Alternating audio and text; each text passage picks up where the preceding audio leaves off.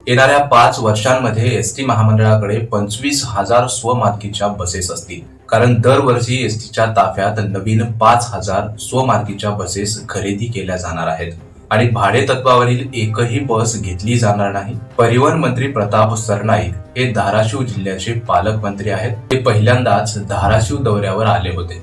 त्यावेळी पत्रकारांशी संवाद साधताना ते म्हणाले की एसटी महामंडळाची आर्थिक परिस्थिती नाजूक आहे, कारण महामंडळाला प्रतिदिन 3 कोटी रुपयांचा तोटा होत आहे. त्यामुळे तिकीट दर वाढ करणे गरजेचे होते, अशी परिवहन मंत्र्यांनी माहिती दिली. परिवहन मंत्र्यांची कामं करायची पद्धत खरंच चांगली वाटत आहे, कारण यांच्या अगोदरही खूप परिवहन मंत्री होऊन गेले, पण त्यांनी अशा प्रकारची घोषणा कधी केलेली नाही. दरवर्षी 5,000 नवीन स्वमालकीच्या एसटी बसेस खरेदी करणे हे फारच गरजेचे होते, कारण खूप सारे बसेस सध्या स्थितीला स्क्रॅप होत चाललेले आहेत. जर या बसेस कमी झाल्या असत्या तर भाडे तत्वावरील बसेसची संख्या एसटी महामंडळात वाढली असती आणि एसटी महामंडळ खाजगीकरणात रूपांतर झालं असतं.